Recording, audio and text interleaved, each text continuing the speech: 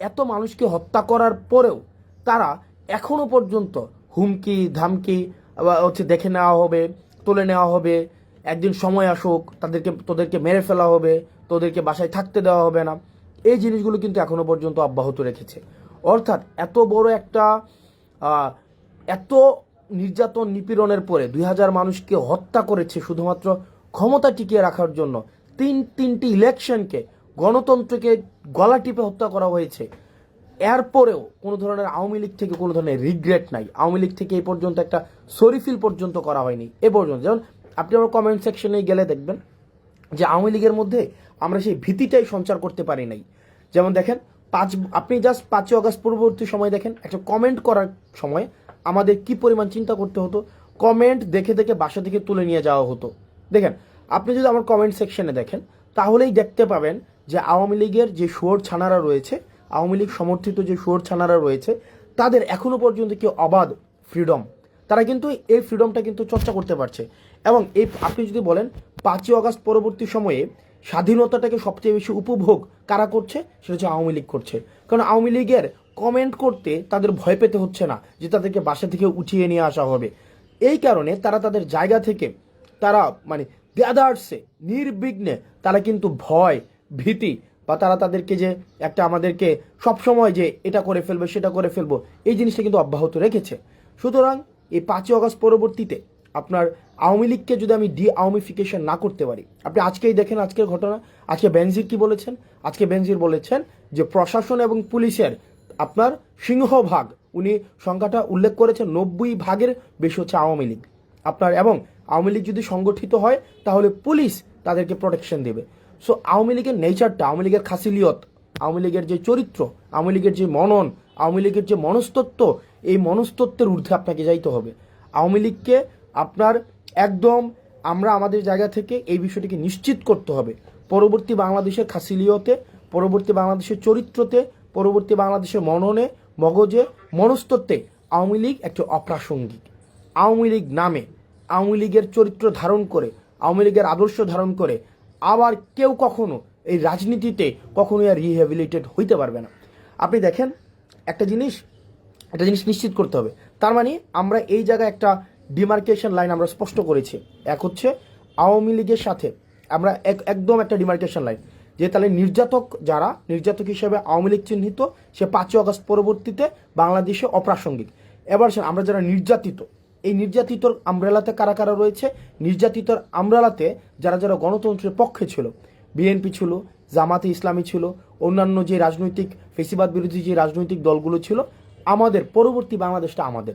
এখন এই আমাদের বাংলাদেশে আমাদের মধ্যে গণতান্ত্রিক সৌন্দর্য, আমাদের মধ্যে মত পার্থক্য থাকবে, এক বিষয়ে সবাই একমত হব, এটাও একটা ফেসিবাদী চরিত্র যে সব বিষয়ে আমাদের একমত হইতে হবে। আমার অনেক কিছুই বিএনপির মতামতের সাথে আমার অনেক কিছুই মিলবে না, আমার অনেক কিছুই জামাতে ইসলামের সাথে মতামতের সাথে মিলবে না। একই বিষয় আমার সাথেও তাদের অনেক কিছুই মিলবে না।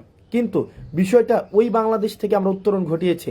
যদি আমার সাথে মতামতের না মিলে বিএনপি থেকে আমাকে উঠিয়ে নিয়ে যাওয়া হবে, জামাতে ইসলাম থেকে আমাকে উঠিয়ে নিয়ে যাওয়া হবে, ওই যে বাংলাদেশটা ছিল, ওই চরিত্রের বাংলাদেশ থেকে এই চরিত্র আমরা উত্তরণ ঘটিয়েছি।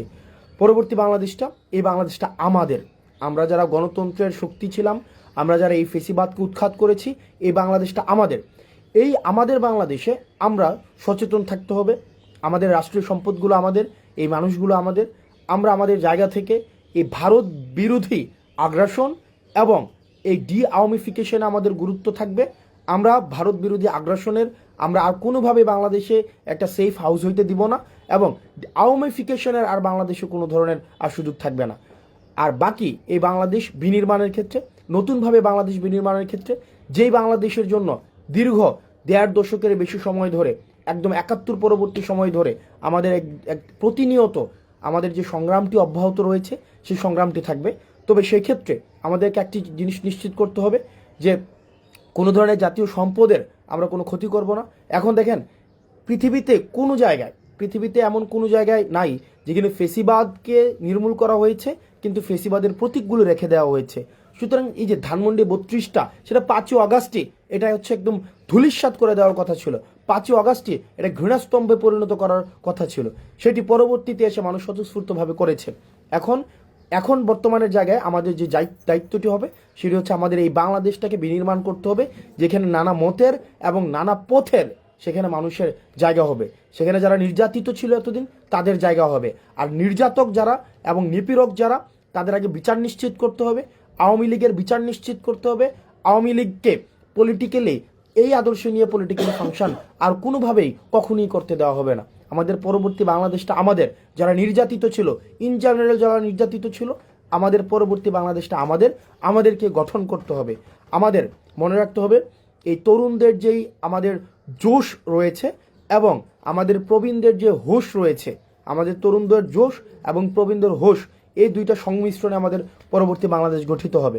তরুণদের বুদ্ধিদীপ্ত এবং তেজদীপ্ত যে ভূমিকাটি রয়েছে, প্রবীণদের যে বুদ্ধিদীপ্ত ভূমিকাটি রয়েছে, সেটির সংমিশ্রণে পরবর্তী বাংলাদেশ আমাদের বিনির্মাণ হবে। এবং একটি বিষয় নিশ্চিত করতে হবে, আমরা আওয়ামী লীগকে রাজপথে আমাদের প্রতিহত করতে হবে। আওয়ামী লীগ পরবর্তী বাংলাদেশে পলিটিক্যালি ফাংশন করবে না, কখনোই করবে না। আমাদেরকে তাদেরকে আগে সরি ফিল করতে হবে, তাদের বিচারের সম্মুখীন করতে হবে, বিচার প্রক্রিয়ার মধ্য দিয়ে আওয়ামী লীগকে নিষিদ্ধ করতে হবে। এর পরবর্তীতে আওয়ামী লীগের যেই অন্যান্য যে সমর্থক রয়েছে, আওয়ামী লীগের তো একটা সমর্থক একটা অংশ রয়েছে, রিকনসিলিয়েশন প্রক্রিয়ার মধ্য দিয়ে তারা কিভাবে সমাজের মূলধারায় ফিরতে পারে সেটি আলোচনা সাপেক্ষে নির্ধারিত হবে। সে পর্যন্ত আমাদের একটি বিষয় নিশ্চিত করতে হবে, যেটি বারবার বলছি, এই বাংলাদেশটা আমাদের, এই বাংলাদেশটা আমাদেরকে ধারণ করতে হবে, এই ভূখণ্ডটাকে আমাদেরকে ধারণ করতে হবে।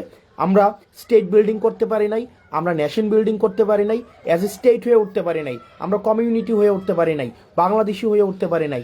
আমরা হয়ে উঠেছি আওয়ামী লীগ হয়ে, বিএনপি হয়ে, জামাতে ইসলামী হয়ে, হিন্দু হয়ে, মুসলমান হয়ে, কিন্তু অ্যাজ এ কমিউনিটি হয়ে, আমরা একটা সিভিলাইজ সোসাইটি হয়ে, নাগরিক হয়ে আমরা কখনোই বাংলাদেশে উঠতে পারি নাই। আমাদেরকে ইন্টেনশনালি ডিভিসিভ পলিটিক্সের মধ্য দিয়ে আমাদেরকে আশরাফ এবং আতরাফে বিভক্ত করে রাখা হয়েছে।